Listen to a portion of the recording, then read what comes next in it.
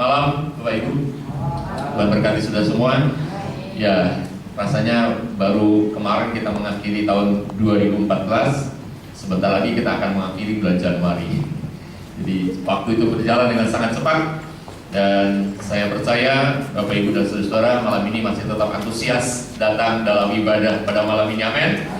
Ya baik, mari kita akan bersama-sama merenungkan kebenaran firman Tuhan, karena hidup kekristenan tidak bisa lepas dari firman Tuhan, saudara-saudara. Ya, Yesus pernah mengatakan bahwa manusia hidup bukan karena dari roti saja, tetapi dari setiap perkataan yang keluar dari mulut Allah. Jadi mari kita akan bersama-sama tetap antusias, tetap punya rasa lapar dan haus akan kebenaran firman Tuhan. Baik, ada sebuah teks yang diberikan kepada saya di dalam Matius pasal 5 ayat yang ke-7. Matius pasal 5 ayat yang ke-7 kita akan bacakan, nanti saya berselanjutnya. Matius 5 ayat yang ke-7. Berbahagialah orang yang murah hatinya, karena mereka akan beroleh kemurahan. Amin. Amin. Kita baca sama-sama sekarang ya. 2, 3. Berbahagialah orang yang murah hatinya, karena mereka akan beroleh kemurahan. Saudara dikasih oleh Tuhan, mari kita akan belajar satu kebenaran firman Tuhan. Apabila kita melakukan kebenaran firman Tuhan ini, maka kita akan mendapati sebuah kehidupan yang makin lama makin terjadi kemiripan kita dengan Tuhan. Ya, makin terjadi kemiripan antara kita dengan Tuhan. Ayat ini mengatakan berbahagialah orang yang murah hatinya, karena mereka akan beroleh kemurahan. Ini bukan berarti kita akan menjadi orang Kristen yang murahan. Ya, orang Kristen yang bisa dilihat perbedaannya di gereja begitu kudus, tapi begitu di luar udah nggak kudus lagi, jadi kudis gitu ya. Di gereja haleluya, di luar udah haleluya. Nah, kita akan melihat satu kebenaran firman Tuhan yang kiranya di akhir bulan Januari ini memberikan sebuah tantangan yang baru. Ya, di tahun 2015 firman Tuhan ini secara khusus malam hari ini akan memberikan sebuah tantangan yang baru kepada kita, bahwa Tuhan mengajarkan berbahagialah orang yang murah hatinya. Nah, ini kita akan belajar tentang seorang Kristen murah hati, orang Kristen murah hati. Inilah firman yang akan kita coba gali, kita akan coba renungkan, dan kita akan terus lakukan di dalam kehidupan kekristenan. Lalu muncul sebuah pertanyaan ketika saya merenungkan Matius 5 ayat 7 ini, yaitu ada dua pertanyaan. Yang pertama, mengapa seorang Kristen harus bermurah hati? Ya, mengapa seorang Kristen harus bermurah hati? Lalu yang kedua, apa sih yang dimaksud dengan seorang Kristen yang murah hati itu? Nah, ya, mengapa seorang Kristen harus murah hati? Dan apa yang dimaksud dengan orang Kristen yang murah hati? Saudara dikasih oleh Tuhan, ayat ini sungguh-sungguh begitu dalam kalau kita renungkan. Berbahagialah orang yang murah hatinya. Nah, berbahagialah orang yang murah hatinya. Jadi kalau kita punya murah hati, kita punya kemurahan di dalam hati kita, itu akan mendatangkan satu kebahagiaan, akan mendatangkan satu kebanggaan di dalam kehidupan kita. Kita akan melihat bahwa ternyata tangan Tuhan itu membentuk dan mengubah kita, akan mendatangkan kebahagiaan, dan orang yang murah hati akan beroleh kembali kemurahan. Jadi artinya ketika kita melakukan kebenaran ini akan semakin memperluas wawasan. Kehidupan kekristenan itu tidak cukup hanya sekedar ada di dalam gereja, tahu tentang Tuhan, tetapi kebenaran ini akan mengubah kehidupan kita, mengubah kehidupan orang lain, sehingga kebenaran ini pada akhirnya sangat menyatu di dalam kehidupan kita. Nah, oleh sebab itu kita akan buka di dalam Lukas pasal 6 ayat 36. Silakan dibaca. Lukas pasal 6 ayat 36. Lukas pasal 6 ayat 36. Lukas pasal 6 ayat 36. Hendaklah kamu murah hati, sama seperti Bapamu adalah murah hati. Amin. Amin. Jadi sebuah pertanyaan, ya, mengapa seorang Kristen harus murah hati? Pertanyaannya dijawab sendiri oleh Alkitab, sebab Bapa kita di sorga adalah murah hati. Jadi seorang Kristen itu harus murah hati karena Bapa di surga adalah Bapa yang murah hati. Jadi seorang anak Allah, dia harus sama dengan Allah. Amin. Seorang anak Allah Bapa di surga, dia harus menjadi sama seperti Bapaknya. Sebagaimana Bapa di surga murah hati, demikian juga kita akan menjadi seorang anak Allah yang murah hati. Sebagaimana Bapaknya, demikianlah anaknya. Ada pepatah mengatakan bahwa buah tidak jatuh dari pohonnya. Nah, karena Bapa di sorga adalah Bapa yang murah hati, maka firman Tuhan mengatakan di dalam Lukas 6 ayat 36, hendaklah kamu murah hati sebab Bapakmu adalah murah hati. Ya, hendaklah kamu murah hati sama seperti Bapakmu adalah murah hati. Jadi saudara-saudara, kita harus sama seperti Bapa di sorga, murah hati. Ini berbicara mengenai bagaimana kita menjalankan satu kehidupan menjadi sebuah kehidupan yang sama seperti yang dilakukan oleh Bapa kita di sorga. Kita harus melakukan satu kehidupan kekristenan sama seperti yang dilakukan oleh Tuhan kita Yesus Kristus. Lalu muncul pertanyaan, bisakah kita menjadi sama dengan Allah? Bisakah kita menjadi sama seperti Yesus?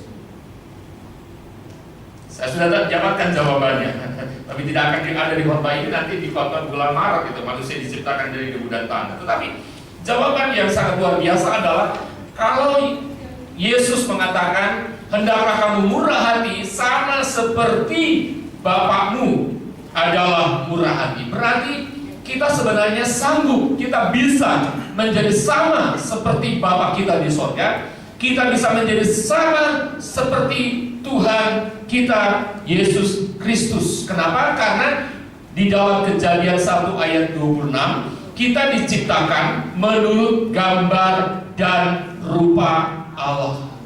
Jadi sifat-sifat Bapa itu ada di dalam kehidupan kita. Sifat ilahinya Tuhan itu ada di dalam kehidupan kita. Demikian juga di dalam Mazmur 8 ayat 6 bahwa manusia dijadikan hampir sama seperti Allah. Hampir sama seperti Allah.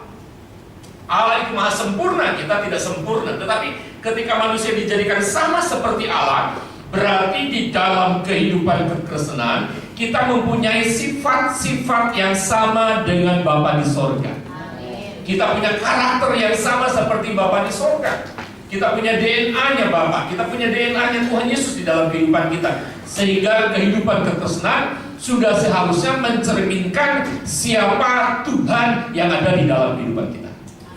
Kehidupan kekristenan seharusnya bisa mengekspresikan Bapa yang ada di dalam kehidupan kita, Bapa yang tidak pernah meninggalkan kita, Bapa yang selalu menyertai kita. Jadi menjawab pertanyaan tadi, mengapa seorang Kristen harus murah hati? Jawaban yang pertama adalah karena Bapa di sorga adalah Bapa yang murah hati. Sebagaimana demikian Bapa di sorga, demikianlah kita. Yang kedua, di dalam Matius pasal 5 ayat 7 tadi, mengapa seorang Kristen harus murah hati? Karena itu adalah ajaran Tuhan. Itu adalah perintah Tuhan yang harus kita laksanakan. Pada waktu kita melaksanakan perintah Tuhan, maka itu akan mendatangkan kebahagiaan. Contoh, dalam beberapa hari kemarin itu anak saya sedikit drop dalam kesehatannya. Lalu saya bilang, pulang sekolah kira-kira jam 3:30, saya bilang mandi, lalu kamu tidur. Namanya anak remaja, alasan nanti banyak PR, masih banyak kegiatan, masih ada hal yang dilakukan. Saya bilang, laksanakan apa yang Papa bilang, apa yang Papi bilang, kamu lakukan, nanti kamu akan lihat manfaatnya. Pertamanya dia tidak mau, ternyata waktu dia tidur dari jam 4 pulang sekolah langsung makan, mandi, jam 4 tidur, dia bangun-bangun jam 7:30. Jam 7:30. Waktu jam 4 mau tidur itu waktu detensi 37,4 suhunya, suhu badannya. Tapi waktu dia tidur sudah mulai turun itu suhu tubuhnya. Nah, waktu anak saya melakukan sesuatu seperti yang diberitakan oleh orang tuanya, maka dia bisa melihat manfaatnya. Ternyata waktu dia ambil istirahat sejenak, tubuhnya segar, lalu seluruh PR dan tugas-tugas yang lain bisa diselesaikan dengan baik, dan katakan, wah luar biasa ya, karena saya taat, saya melihat manfaatnya. Nah demikian juga saudara, mengapa seorang Kristen harus murah hati? Yang kedua, karena itu adalah ajaran Tuhan. Berbahagialah orang yang murah hatinya. Itu bukan himbauan, tapi itu sebuah ajaran yang harus dilaksanakan, saudara. Sebuah ajaran yang harus dipatuhi, yang harus ditaati. Pada waktu kita bisa mentaati apa yang diajarkan oleh Tuhan Yesus, menjadi seorang yang murah hati, itu akan mendatangkan kebahagiaan. Artinya ada sukacita yang tidak ternilai, yang tidak bisa dibandingkan, yang tidak bisa dinilai oleh hal apapun yang ada di dalam dunia ini. Ternyata apa yang menurut kita tidak sanggup, pada waktu kita mau melakukannya, dan kita tahu bahwa sifat Allah ada di dalam hidup kita, sifatnya Tuhan Yesus juga ada di dalam hidup kita. Nah, sifat ilahi itulah yang pada akhirnya membuat kita mampu melakukan itu. Nanti kita akan lihat apa yang dimaksud dengan murah hati. Dan ini merupakan firman yang menjadi makanan yang keras buat kita. Ini bukan bubur lagi, saudara-saudara. Ini bukan bubur lemu, ini bukan bubur mangga besar ya.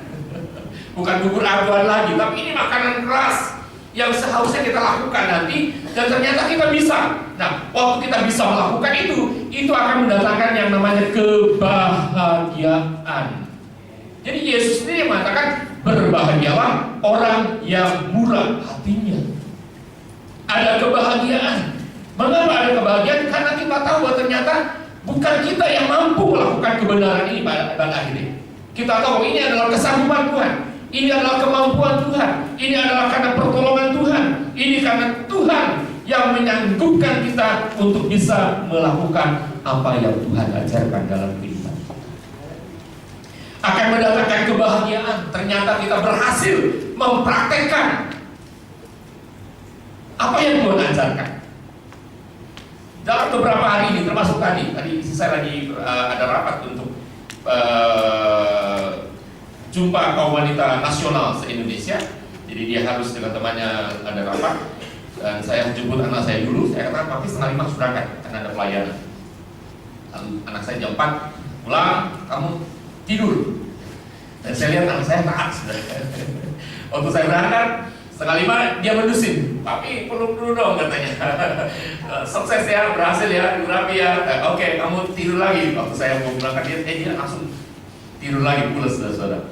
Jadi ternyata dia betul-betul merasakan manfaat ketika ambil tidur sejenak. Ya saya tahu dia besok juga ada ulangan, besok juga masih ada kegiatan PR dan sebagainya. Belum lagi teman-temannya minta untuk dimentori dengan mata pelajaran fisika. Dia, Pi bagaimana? Saya bilang, engkau harus murah hati. Saya katakan, berbahagialah kalau engkau murah hati. Apa yang kau bisa bagikan kepada orang lain, dan kau tidak akan pernah merasa rugi. Kau tidak perlu takut tersaingi nilaimu nanti. Bermurah hati kepada orang lain. Saya sedang mengajarkan firman juga kepada anak saya. Nah, jadi saudara, kalau kita bisa menjadi murah hati, berbahagialah orang yang murah hatinya. Kebahagiaan itu muncul karena kita bisa berhasil mempraktikkan firman Tuhan, dan itu akan mendatangkan perubahan di dalam kehidupan kita. Perubahan demi perubahan akan terjadi dengan sendirinya, karena firman adalah hidup, roh dan hidup yang kekal yang akan bekerja dari dalam, yang akan membawa perubahan. Dan waktu kita bisa menjadi orang yang murah hati, tentunya itu akan membawa perubahan dari orang-orang yang menerima kemurahan hati kita. Jadi kebenaran ini sebenarnya nanti akan mempertumbuhkan kehidupan kekristenan kita menjadi kehidupan kekristenan yang memang berbeda dengan orang-orang yang namanya Kristen saja, tapi nggak punya kemurahan hati, tapi tidak pernah melakukan apa yang namanya murah hati. Tapi waktu kita ada sore hari ini, kita mendapat anugerah untuk bersama-sama mendengar, merenungkan firman Tuhan ini, maka ketika kita mempraktekkan kebenaran firman Tuhan ini, itu akan mempertumbuhkan kita menjadi orang-orang Kristen yang memang berbeda dari orang lain, dan kita akan menjadi berbeda dari hari-hari yang sebelumnya. Nah, ini yang dikatakan di dalam Kejadian 1 ayat 26 maupun di dalam Mazmur pasal 8 ayat 6, bahwa kita dijadikan menurut gambar dan rupa Allah, kita diciptakan hampir sama seperti Allah. Jadi dengan perkataan lain, saudara-saudara, orang-orang di sekitar kita nanti bisa melihat Tuhan, bisa ngalamin Tuhan, bisa ngalamin kebesaran Bapa di surga adalah melalui kita. Amin.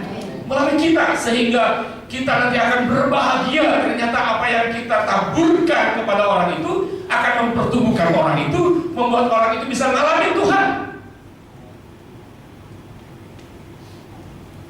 Jadi mengapa seorang Kristen harus murah hati? Yang pertama, karena Bapa di surga kita, Bapa kita di surga adalah Bapa yang murah hati. Mengapa seorang Kristen harus murah hati? Karena itu ajaran Tuhan yang perlu dilakukan. Nah, sekarang kita akan masuk ke dalam pembahasan yang kedua. Apa yang dimaksud dengan orang Kristen yang murah hati? Apa yang dimaksud dengan orang Kristen yang murah hati? Apakah kita menjadi orang Kristen yang murah hati? Tidak pernah hidup dalam nilai-nilai kebenaran? Atau kita istilahnya udah terserah Tuhan lah, mau habis mau bangkrut, bukan itu yang maksudnya. Kita akan lihat, kita akan menjadi orang Kristen yang murah hati. Dasarnya harus firman. Kalau dasarnya firman, maka firman nanti akan mengubah hidup kita, tapi firman juga akan memampukan kita menjadi orang Kristen yang memang berbeda dari kehidupan kita sebelumnya, dan kita akan menjadi berbeda dengan orang-orang di sekitar kita. Apa yang dimaksud dengan orang Kristen yang murah hati? Alkitab saudara terbuka di dalam Lukas pasal 6. Yang pertama kita akan lihat dulu ayat 27 dan 28. Silakan. Lukas pasal 6 ayat 27 dan 28.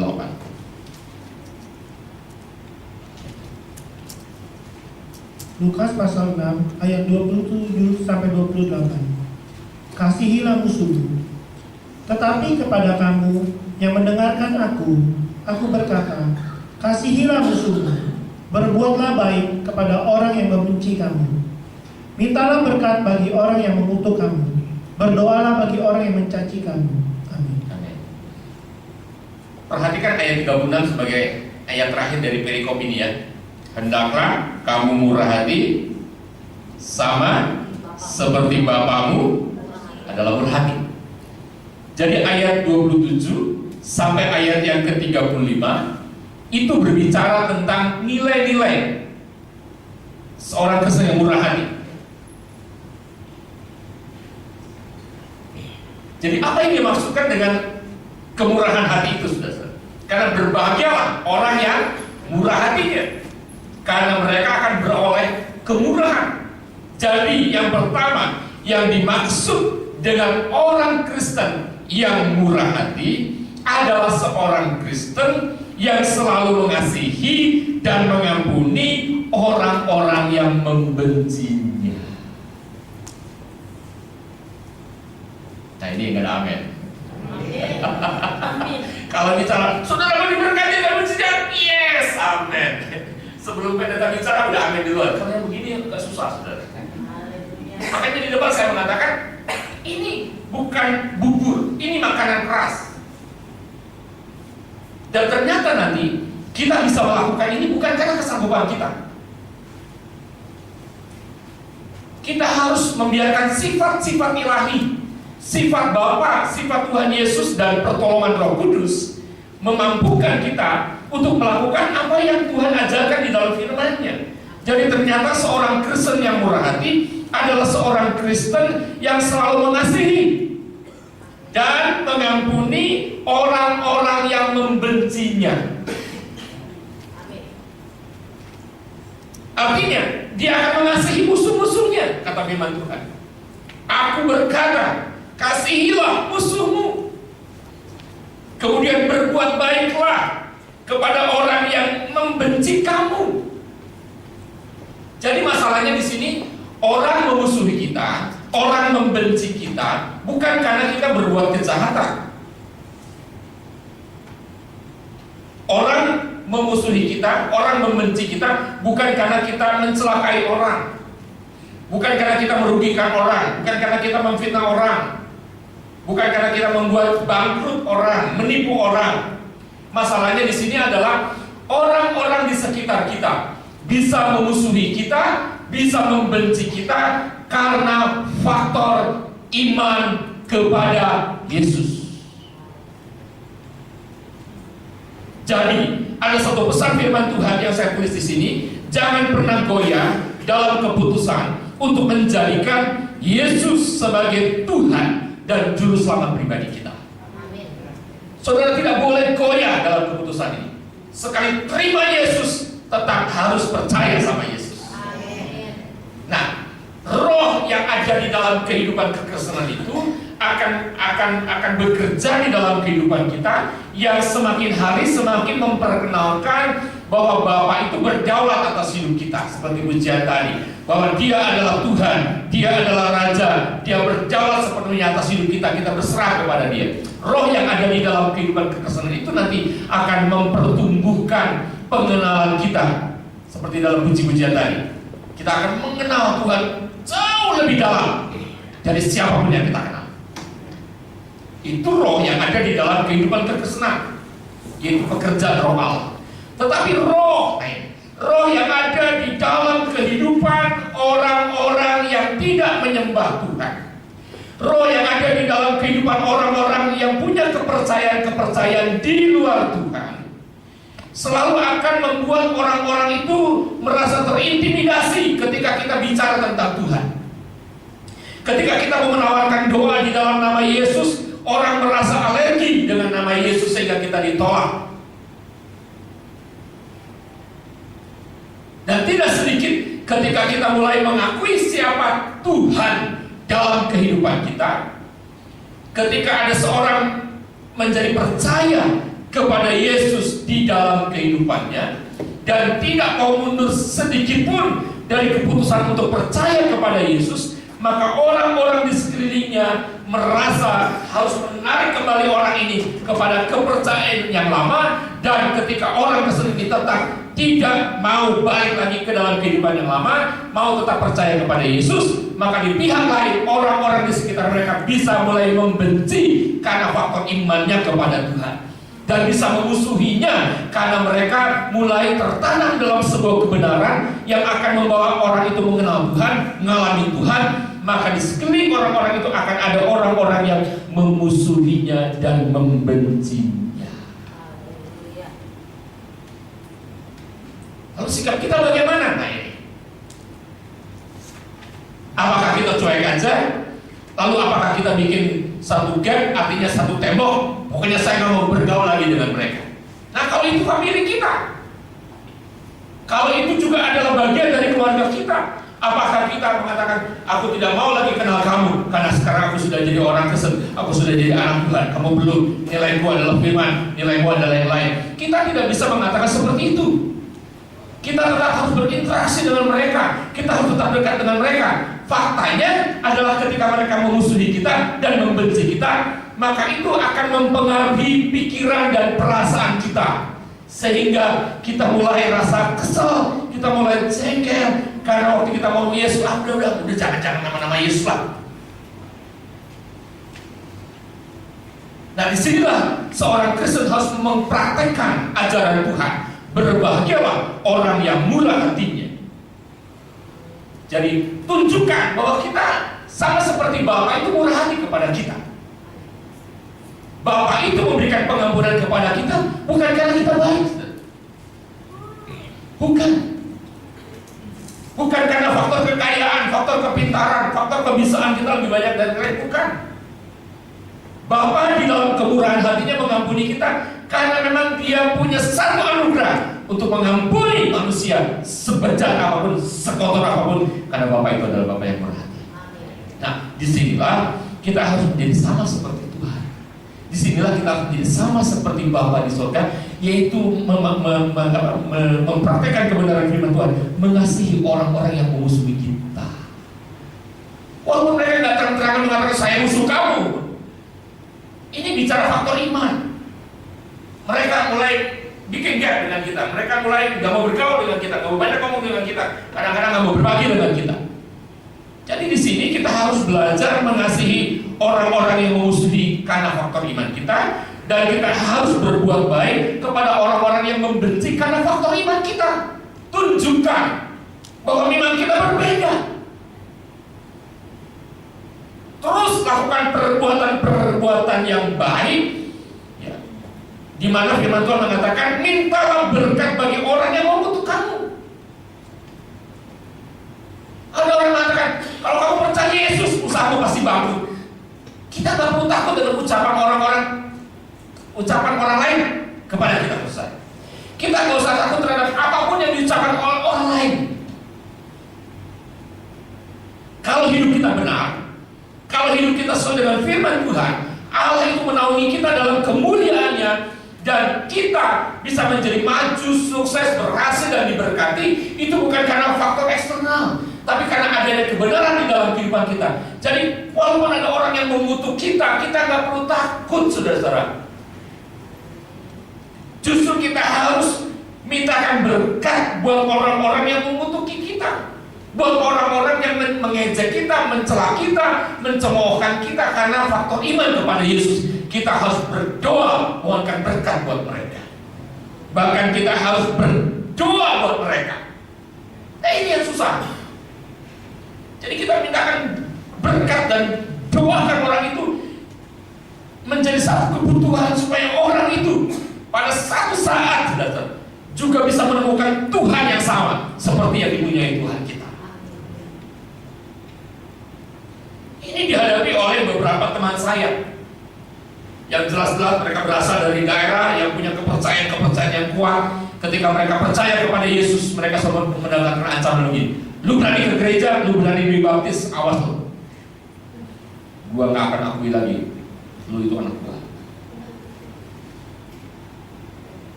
Nah, kemarin ada jemaat yang tanya kepada saya. Ada seorang encim-encim. Kalau encim-encim kita tahu lah ya, usianya udah di atas 60. Kalau nggak salah udah hampir mendekati 80. Jadi baunya udah beda. Bilang seperti saya tahu maksudnya. Lalu encim-encim ini bilang sama temennya ini, pokoknya gua mau ke gereja, tapi gua nggak mau dibaptis, katanya. Temennya bilang, udah nggak apa-apa, nggak mau dibaptis nggak apa-apa, yang penting lu ke gereja sama gua, gitu. Karena gua lu kan di daerah. Dia datang ke gereja, dia nggak mau dibaptis, karena punya kepercayaan yang lama kan. Tapi waktu dia setia ke gereja, dia mulai terbuka kepada Tuhan dan Roh Kudus mulai menghidupkan firman. Akhirnya dia merasa ada sesuatu yang berbeda ketika dia ada di gereja, menyembah Tuhan, mendengarkan firman, lalu dia mulai tertarik kepada yang namanya Yesus dan dia mulai buka hati kepada Yesus. Dan akhirnya dia ambil keputusan mau dibaptis.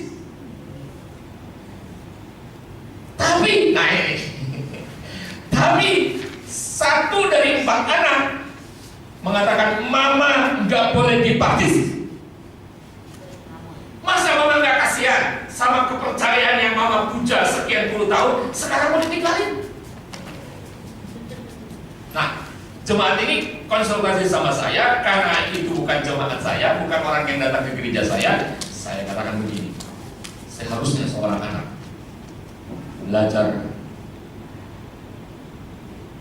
memberikan keleluasaan, memberikan kesempatan yang luas kepada orang tua untuk mengambil keputusan dalam kepercayaannya. Jadi ya kita doakan saja. Mereka ada dalam pertentangan. Jadi mamanya pengen sekarang dibaptis tapi anaknya ngotot. Bahkan salah satu menantu mengatakan, saya dikasih gopetiau, saya nggak mau percaya kepada Yesus, katanya. Mantap, sudah dikasih 500 juta juga, saya nggak mau percaya sama yang namanya Yesus. Nah, itu reaksi dari orang-orang di sekeliling kita. Jadi seorang yang murah hati nggak perlu marah kalau ada orang yang mencela iman kita, menghalangi langkah untuk kita beriman kepada Tuhan. Orang Kristen yang murah hati selalu belajar mengasihi orang-orang lain, lalu berbuat baik kepada orang tersebut, memohonkan berkat bagi orang tersebut, berdoa dengan sepenuhnya kepada Tuhan buat orang tersebut. Inilah yang dinamakan orang Kristen yang murah hati. Kita punya kerinduan supaya orang-orang yang mulai menghalangi, mencela kita itu satu kali kelak bisa percaya kepada Yesus. Saya punya teman, sekarang dua-duanya ada di Singapura, yang perempuan, mamanya bilang gini, pokoknya lu ke gereja boleh, tapi lu boleh dibaptis. Sampai mama mati juga lu gak boleh dibaptis. Awas, lu dibaptis gue cek ya dalam arwah gue.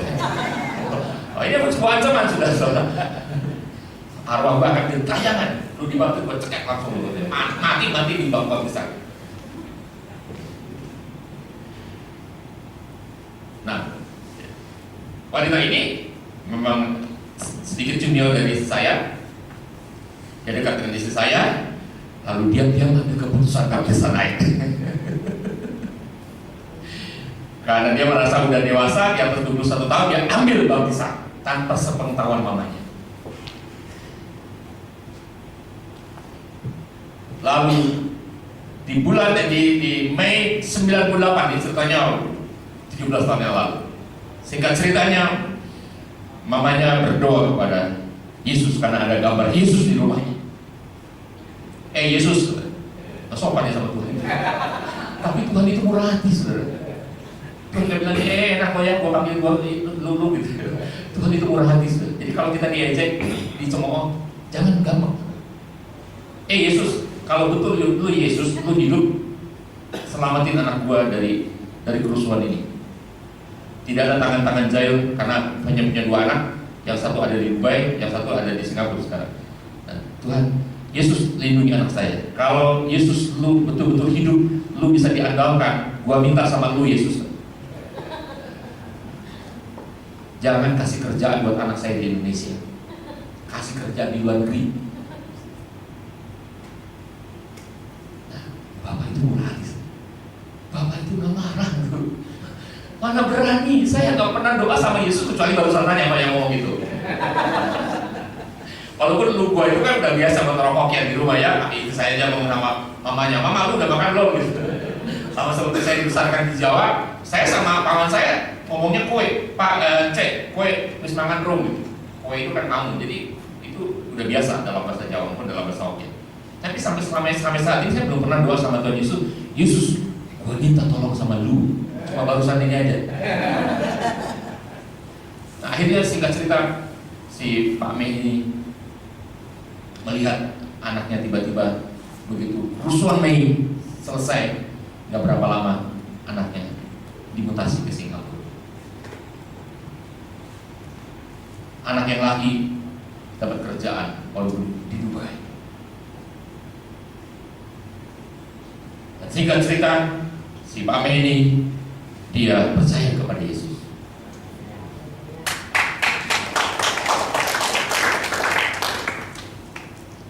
Itu terjadi karena si anak perempuannya berdoa bersama-sama dengan istri saya yang ada sahabatnya, minta supaya berkat turun atas mamanya. Bukan kutuk, berkat anugerah yang satu kali kelak akan menyelamatkan mamanya. Dan Tuhan kalau udah bekerja, dia bekerja dengan luar biasa. Kita harus bayar harga di situ. Tidak boleh marah, tidak boleh kecewa, tidak boleh putus asa, nggak boleh berhenti berdoa buat orang-orang itu. Dan sekarang Pak Mei ini menjadi Pak Mei yang radikal. Dia salah satu pemain drum Pak Mei di gereja. Iya betul. Ini kesaksian sebentar. Jadi dia hadir di satu kebaktian komunitas katanya di Singapura. Dan pemain drumnya tentu laki-laki. Dan si pemain drum ini punya istri lagi mengandung. Jadi kadang-kadang dia hadir, dia nggak datang, gitu ya. Dia tiba-tiba nggak datang, jadi nggak ada pemain drum. Dan buat Pak Mei ini rasanya nggak enak gitu loh kalau nggak ada drum. Biasanya kalau ibu-ibu yang udah usia di atas 70 tahun dengar suara drum itu gede banget tuh, berisik amat. Tapi ini Pak Mei kayaknya punya dinamika musik. Dan dia bilang kalau nggak ada pemusik, Yesus. Nah dia doa lagi sama Yesus. Yesus, gua minta sama lu. Gua mau main drum.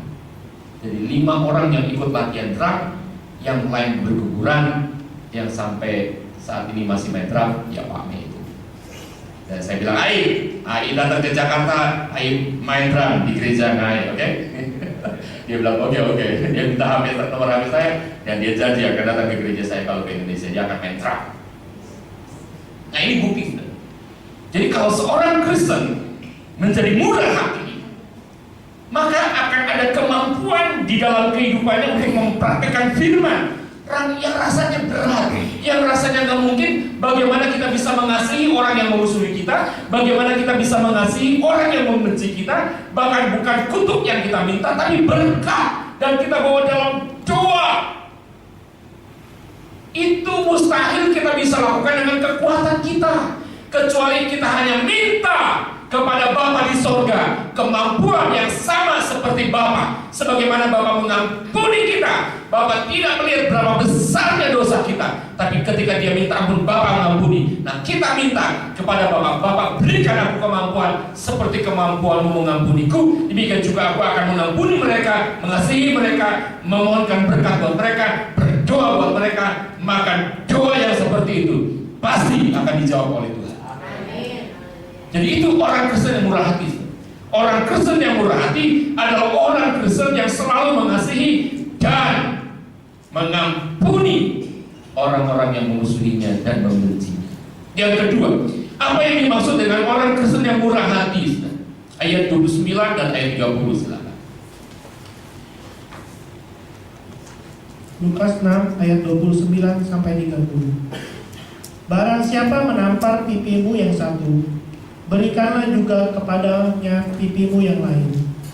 Dan barang siapa yang mengambil jubahmu, biarkan juga ia mengambil bajumu. Berilah kepada setiap orang yang meminta kepadamu, dan janganlah meminta kembali kepada orang yang mengambil kepunyaanmu. Amin. Ini tidak boleh diartikan secara harfiah. Saya kasih contoh begini. Kan saya ini memang lebih suka naik motor. Terus ada mobil bagus gitu ya, dari merek yang kita tahu kan ya.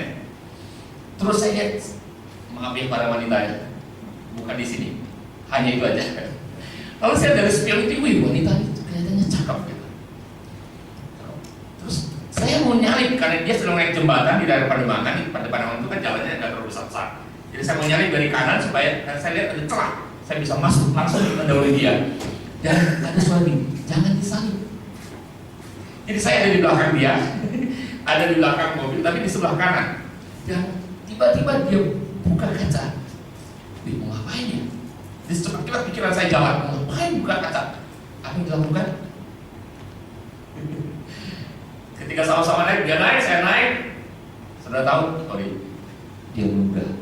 Cuak! Angin berembus. Angin itu nggak tahu yang di belakang itu mau pendeta atau pengusaha.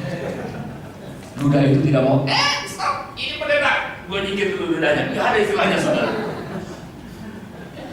Begitu trot gitu, alamak, nggak usah cerita. Andai kata itu kena pipi kiri saya tidak mengatakan ini, berhenti, ludahi lagi pipi kanan saya. Bukan itu artinya. Kalau kita artikan secara harfiah kan begitu. Secara letterless menurut apa yang tertulis. Jadi kalau kita diludahi pipi kiri, ya minta diludahi pipi kanan.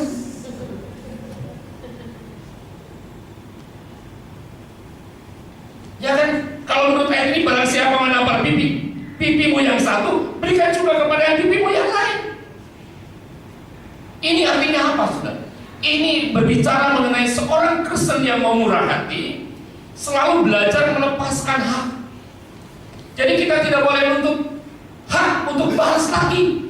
Kamu bisa ludahi saya juga bisa ludahi kamu. Kalau dulu saya belum kenal Yesus, saya akan kejar orang itu, saya akan ludahi lagi. Saya pernah sebelum kenal Yesus, saya pergi dengan motor, tiba-tiba ada orang ludah, saya ludahi lagi, saudara.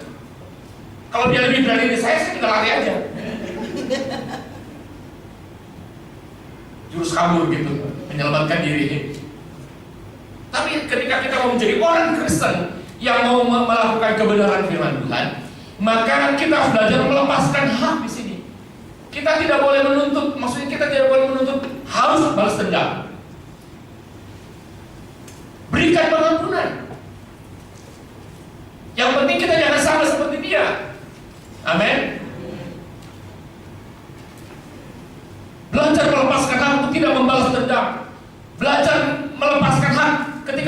nanti kita udah berbuat baik tapi orang nggak ngomong terima kasih, udah kita nggak bosan untuk terima kasih orang kepada kita atas perbuatan-perbuatan baik kita.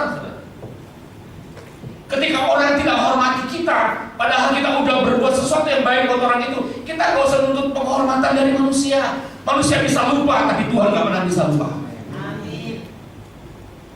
Dan belajar orang yang melepaskan akan diri. Sebagai seorang Kristen, ternyata hidup ini bukan untuk diri kita. Kita belajar melepaskan apa yang ada pada kita untuk memberkati orang lain, untuk menolong orang lain. Jadi saya mau ajarkan kita sebagai jemaat, mari kita akan belajar sebagai orang Kristen yang murah hati, tangannya nggak boleh begini terus, saudara. Ini firman bukan lagi buku.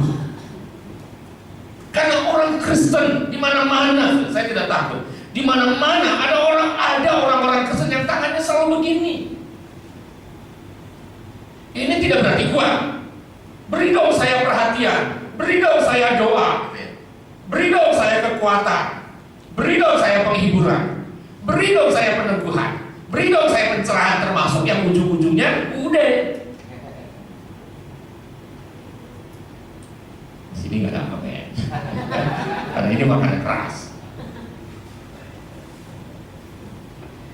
Karena firman Tuhan mengatakan, berilah kepada setiap orang yang meminta kepadamu, dan janganlah meminta kembali kepada orang yang mengambil kepunyaanmu. Bahkan ayat 31 seperti saya bacakan sebentar, ayat 31, dan sebagaimana kamu kehendaki supaya orang perbuat kepadamu, perbuat juga demikian kepada mereka.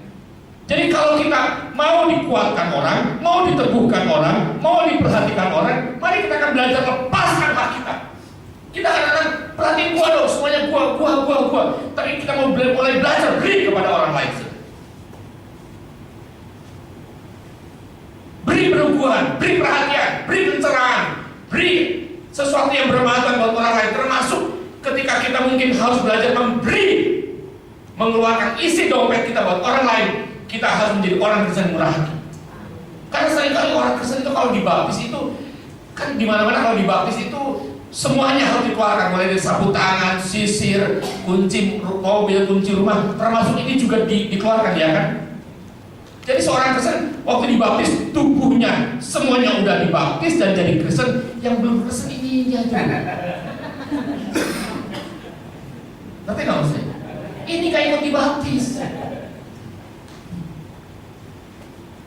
Apalagi kita belum menetapkan dibaptis namanya apa? Ini. Jadi orang Kristen yang murah hati itu adalah orang Kristen yang belajar melepaskan hak, bukan lagi semuanya untukku. Hidup kita ini ada untuk orang lain.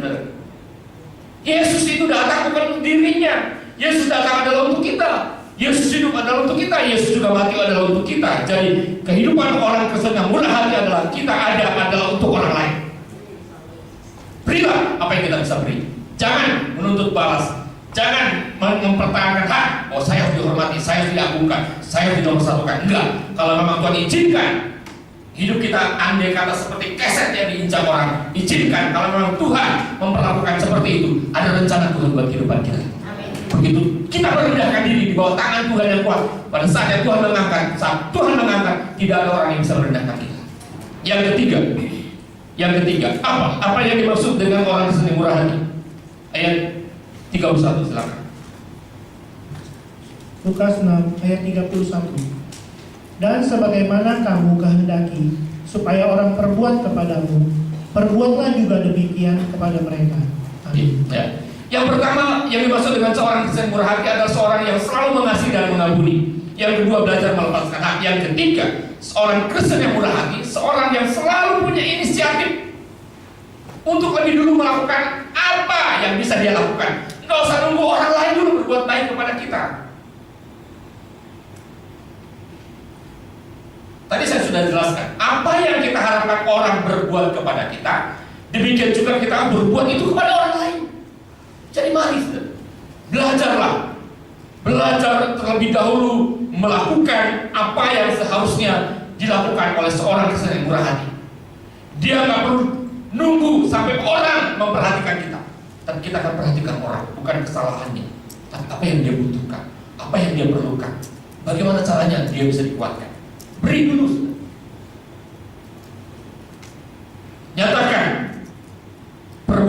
perbuatan baik yang mengungkapkan bahwa kita ada kepedulian kepada mereka. Kita mau memberikan pertolongan apa yang bisa kita lakukan buat orang lain. Yang kadang-kadang dalam tanda kutip karena kebaikan hati kita, kadang-kadang suka ada orang yang memanfaatkan kita. Di situ kita perlu menjadi dewasa. Oleh sebab itu, saudara, karena ada hukum, Tuhan mengatakan berbahagialah orang yang murah hatinya, karena mereka akan beroleh kemurahan. Jadi saya mengambil kesimpulan hari ini. Pada waktu kita mulai menjadi orang Kristen yang murah hati, yaitu selalu mengasihi dan mengampuni orang lain, lalu belajar melepaskan hak kita. Kita tidak mau mempertahankan bahwa ini adalah kepunyaan saya. Lalu kita akan selalu belajar menjadi orang Kristen yang selalu punya inisiatif, punya kemauan untuk saya akan lebih dulu melakukan. Gak usah nunggu orang lain lakukan, saya akan lakukan apa yang bisa membangun orang lain, memberkati orang lain, menghibur dan menguatkan orang lain. Maka pada waktu kita menjadi orang Kristen yang murah hati, menurut firman Tuhan di dalam ayat 34 dan 35, silakan berorang. Lukas 6 ayat 34 dan 35. Lukas 6 ayat 34 sampai 35. Dan jikalau kamu meminjamkan sesuatu kepada orang, karena kamu berharap akan menerima sesuatu daripadanya, apakah jasamu? Orang-orang berdosa pun meminjamkan kepada orang-orang berdosa, supaya mereka menerima kembali sama banyak. Tetapi kamu, kasihilah musuhmu, dan berbuatlah baik kepada mereka, dan pinjamkan dengan tidak mengharapkan balasan. Maka upahmu akan besar, dan kamu akan menjadi anak-anak Allah yang Maha Tinggi. Sebab ia baik terhadap orang-orang yang tidak tahu berterima kasih, dan terhadap orang-orang yang jahat. Amin. Amin. Ini perlu dibaca lagi dulu. Jadi pada waktu kita melakukan kemurahan hati, saudara, yang menjadi awasan dari panduan firman Tuhan ini, apapun yang kita lakukan, jangan pernah mengharapkan apa balasannya untukku. Karena orang-orang lain yang gak percaya kepada Tuhan punya konsep seperti ini. Kalau saya lakukan yang baik ini buat kamu, apa yang nanti akan kamu berikan kepada saya? Kalau saya korbankan ini untukmu, apa yang akan saya peroleh? Itu dilakukan oleh orang-orang yang tidak kenal Tuhan. Orang yang murah hati seharusnya berbeda dengan orang-orang itu. Apapun yang kita lakukan, firman Tuhan mengatakan jangan pernah mengharapkan balasannya. Karena kasih, hukumnya selalu memberi dan tidak perlu menuntut balasan. Manusia nggak bisa membalas, nggak apa-apa, tapi Tuhan tahu isi hati kita.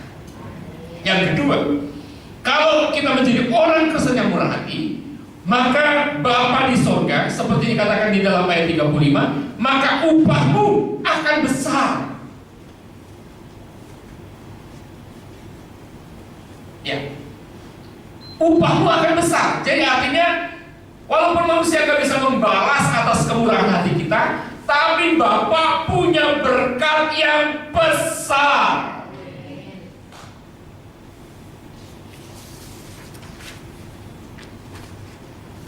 Kita nggak usah takut ketika kita belajar memberi apapun, lalu kita akan kehilangan sesuatu. Betul, waktu kita memberi bisa diisi dompet kita, ada yang kurang dari dompet kita, ada yang hilang dari dompet kita, dan kita nggak perlu minta balasannya kepada orang itu. Kita juga nggak perlu berdoa, Bapak tolong Bapak balas, nggak usah. Bapak udah sediakan berkat yang besar di sorga. Dan mungkin balasannya bukan uang ketika kita memberi uang, balasan dari Bapak bukan uang, tapi dalam bentuk-bentuk yang lain. Jadi Bapak itu maha peduli dengan kita. Nah, waktu kita menjadi orang Kristen yang murah hati, maka di dalam ayat 35 dikatakan, dan kamu akan menjadi anak-anak Allah yang maha tinggi. Jadi seorang Kristen yang murah hati itu akan menunjukkan kepada dunia, dan itu adalah bukti bahwa kita adalah anak-anak dari Bapa yang maha tinggi. Jadi itu membuktikan sebagaimana Bapaknya murah hati, demikian juga anaknya murah hati. Saudara nanti akan dikenal oleh orang-orang, saudara adalah anak-anak dari Bapa yang maha tinggi. Itu bukan karena apa yang ada pada saudara, tapi atas kemurahan hatimu itu. yang keluar dari dalam hati saudara, dari kehidupan saudara akibat bekerjanya firman. Yang berikutnya lagi dikatakan, hendaklah kamu murah hati sama seperti Bapamu murah hati. Jadi artinya orang yang murah hati itu mencerminkan bahwa sifat Bapaknya ada di dalam kehidupan kita. Dan itu membuktikan yang terakhir adalah kita menjadi sama seperti Bapa di sorga. Dan biarlah kiranya kebenaran firman Tuhan ini saudara, dan saudara terima sebagai satu kebenaran, bahwa sekarang hidup saudara tidak lagi berorientasi kepada semuanya untukku. Berbahagialah orang yang murah hatinya, karena mereka akan beroleh kemurahan. Amin. Jadilah orang yang murah hati, selalu mengasihi orang lain, mengampuni orang lain, lalu lepaskan hak saudara. Saudara tidak perlu menuntut balasan apapun. Yang ketiga, saudara selalu punya inisiatif untuk melakukan lebih dulu apa yang bisa memberkati orang lain. Lakukan, maka upahmu bisa di surga. Mari kita akan doa sama-sama. Bapa dalam surga, terima kasih Tuhan. Kami mengucap syukur kepada Tuhan untuk malam hari ini. Ada sebuah pembekalan dari kebenaran firman Tuhan.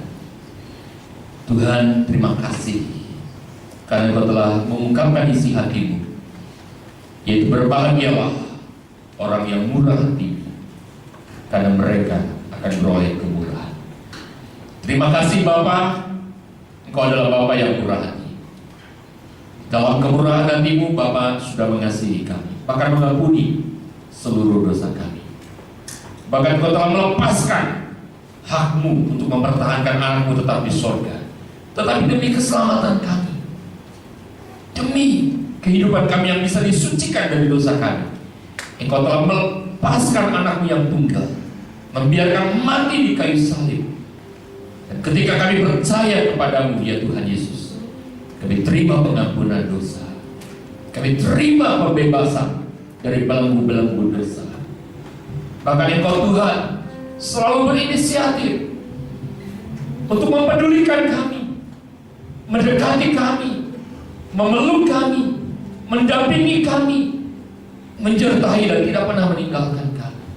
Tuhan, ajarkan lewat firman-Mu malam ini, kami mau menjadi sama seperti Bapa di sorga. Kami mau murah hati Tuhan, sebab orang yang murah hati adalah orang yang tidak lagi egois. Orang yang murah hati tidak lagi orang yang memikirkan dirinya sendiri, tetapi akan belajar memikirkan apa yang Tuhan kehendaki dalam kehidupan ini. Urapi firman yang telah ditaburkan ini Tuhan, tumbuhkan dalam hidup kami, ubah hidup kami Bapa. Ampuni jikalau selama ini kami egois Tuhan. Kami hanya mempedulikan kebutuhan, keperluan kami, tetapi kami tidak peduli dengan orang-orang di sekitar kami.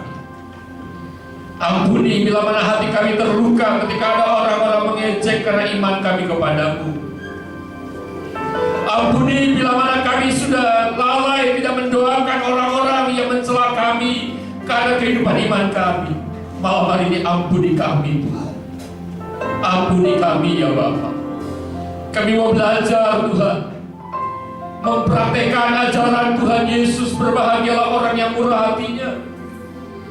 Mulai malam hari ini Tuhan, kami mau menjadi seorang Kristen yang murah hati. Kami akan selalu mengasihi orang-orang yang memusuhi karena faktor iman kami kepadamu. Kami mau memohonkan berkat buat mereka. Kami mau berdoa siang dan malam buat mereka, supaya mereka sama seperti kami, pada akhirnya mereka bisa mengenal kepada Tuhan, bahkan bisa ngalamin Tuhan.